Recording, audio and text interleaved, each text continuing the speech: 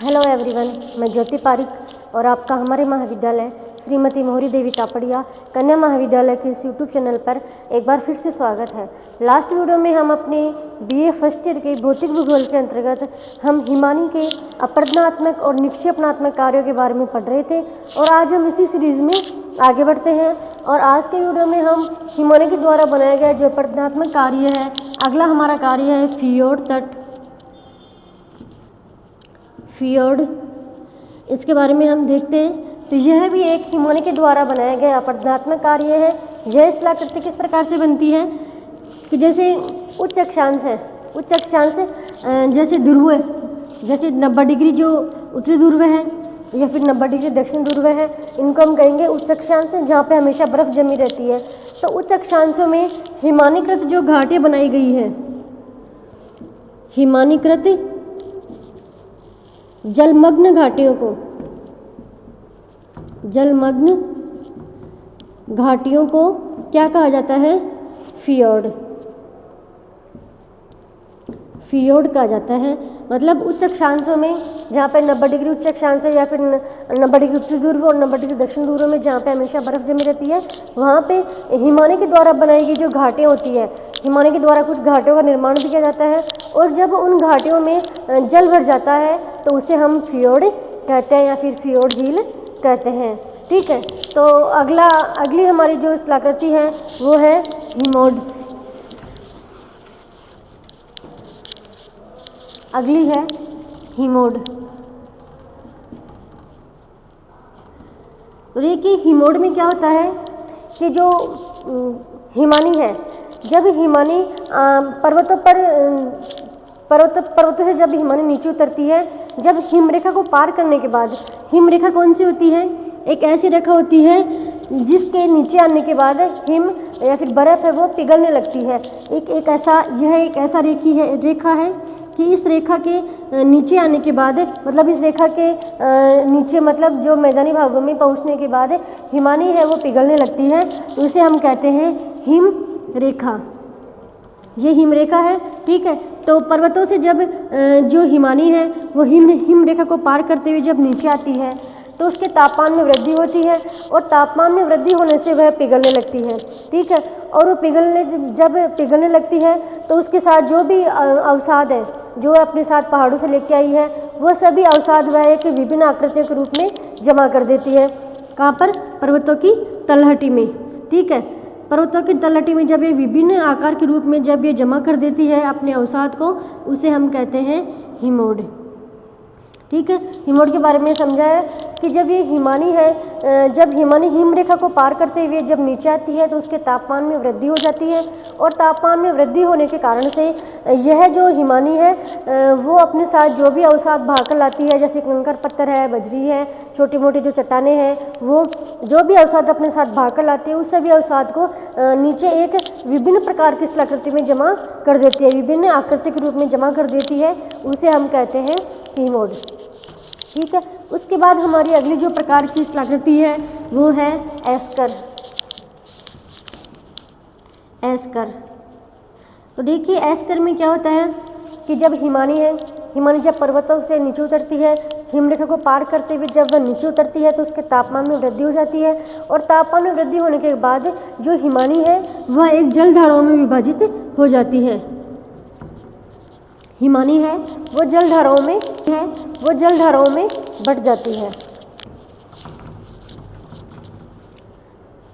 जलधाराओं में विभाजित हो जाती है। और जलधाराओं में विभाजित होने के कारण से यह जो हिमानी है, इस हिमानी के द्वारा किस प्रकार की स्थलाकृति बनाई जाती है? जैसे मान लीजिए ये जलधारा है और जलधारा से एक इस प्रकार की स्थलाकृति बनाई जाती है। ठीक है, जिसे हम कहते हैं एस्कर। ठीक है, इसे हम कहेंगे एस्कर।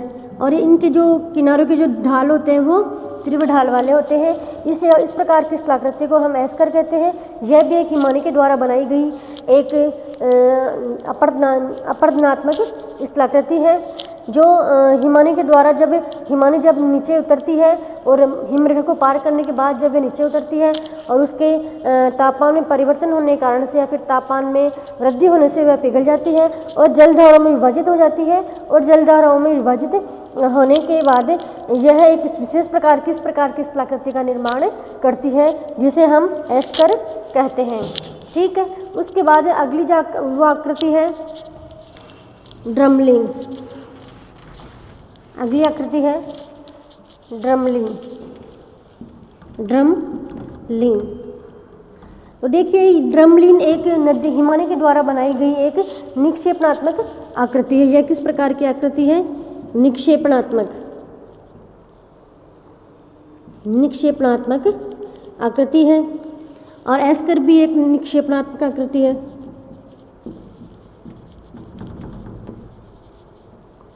देखिए ड्रमलिन है जो भी एक हिमानी के द्वारा बनाई गई एक निक्षेपणात्मक आकृति है। और इसमें क्या होता है कि इसका जो निर्माण होता है वह एक उल्टी नाव की तरह हिमानी यह एक इस प्रकार की एक आकृति का निर्माण करती है जो एक अंडाकार होती है। ठीक है, अंडाकार या फिर एक इसकी जो आकृति है एक उल्टे नाव की तरह, उल्टे नाव की तरह यह कि इसकी संरचना हमें दिखाई देती है और इसकी आकृति होती है अंडाकार। इसको आप ऐसे समझ लीजिए, इसकी जो आकृति होती है बिल्कुल अंडे के जो अंडा होता है उसके समान उसकी आकृति होती है और इस प्रकार से उल्टी नाव की तरह यह एक संरचना बनती है। इसमें भी क्या होता है कि यह जो ड्रमलिन है इसमें क्या होता है कि जो हिमानी होती है, हिमानी अपने साथ जो अवसाद बाहर कर लाती है और उस अवसाद का निक्षेप है इस प्रकार से करती है कि यह संरचना है जो हमें एक उल्टी नाव की तरह यह अपना जो अवसाद का जमाव है, यहाँ पर भी इस अवसाद का जमाव हो रहा है और यह अवसाद का जमाव इस आकृति में करती है कि यह हमें दिखने में एक उल्टे नाव के समान दिखाई देती है। तो इसे हम कहते हैं ड्रमलिन। उसके बाद अगली जो आकृति है वो है केम।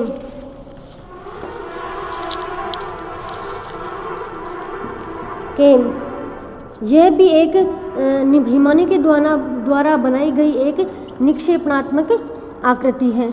और देखिए इसमें भी क्या होता है कि जो हिमनद होते हैं, जो बड़े बड़े हिमनद होते हैं, ठीक है, और उन हिमनद की जो हिमनद का जो शीर्ष होता है, ठीक है, ये हिमनद का शीर्ष है और इस हिमनद के शीर्ष पर जो हिमानी है वो अपना सारा अवसाद लाके यहाँ पे इकट्ठा कर देती है। और इस प्रकार से जब अवसाद के इकट्ठा होने से एक विभिन्न प्रकार की आकृति बनती है उसे हम कहते हैं केम।